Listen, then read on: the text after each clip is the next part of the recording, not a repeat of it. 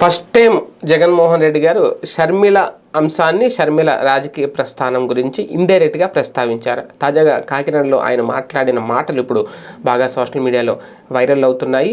రాజకీయాల కోసం, ఓట్ల కోసం, పదవుల కోసం కొంతమంది కావాలని కుటుంబాలను సైతం చీల్చేస్తున్నారు, కుటుంబాలను చీల్చే కుట్రలు చేస్తున్నారు అంటూ ఆయన వ్యాఖ్యలు చేయడం, ఇండైరెక్ట్గా షర్మిల గారి రాజకీయ ప్రస్థానం గురించే మాట్లాడారు అనేది. అలాగే షర్మిల గారు ఇటువంటి నిర్ణయాలు తీసుకోవడం వెనక తన ప్రత్యర్థులు ప్రతిపక్షాలు ఉన్నాయి అనేది కూడా ఇండైరెక్ట్గా ఒక మెసేజ్ అయితే ఇచ్చారు జగన్మోహన్ రెడ్డి గారు. ఇప్పటికే ఆమె కాంగ్రెస్ పార్టీ కండువా కప్పుకున్నారు.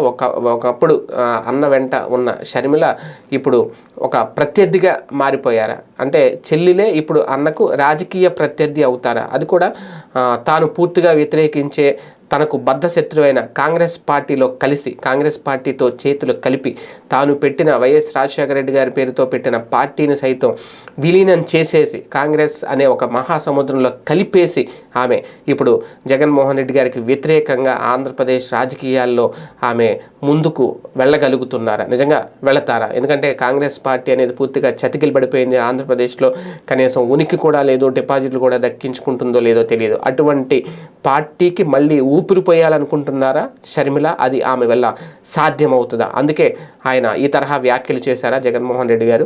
కుట్రలు కుతంత్రాలు చేసి ఓట్ల కోసం కుటుంబాన్ని చీల్చేస్తున్నారు అని ఆయన మాట్లాడిన మాటల వెనక ఆంతర్యం ఏంటి? ఆ చీల్చుతున్నది ఎవరు? ఆ రాజకీయాలు చేస్తున్నది చంద్రబాబు అండ్ టీమేనా, లేదంటే కాంగ్రెస్ టీడీపీ మరొకసారి కలిసి జగన్మోహన్ రెడ్డి గారి మీద కుట్రలు ప్రారంభించారా? చూద్దాం.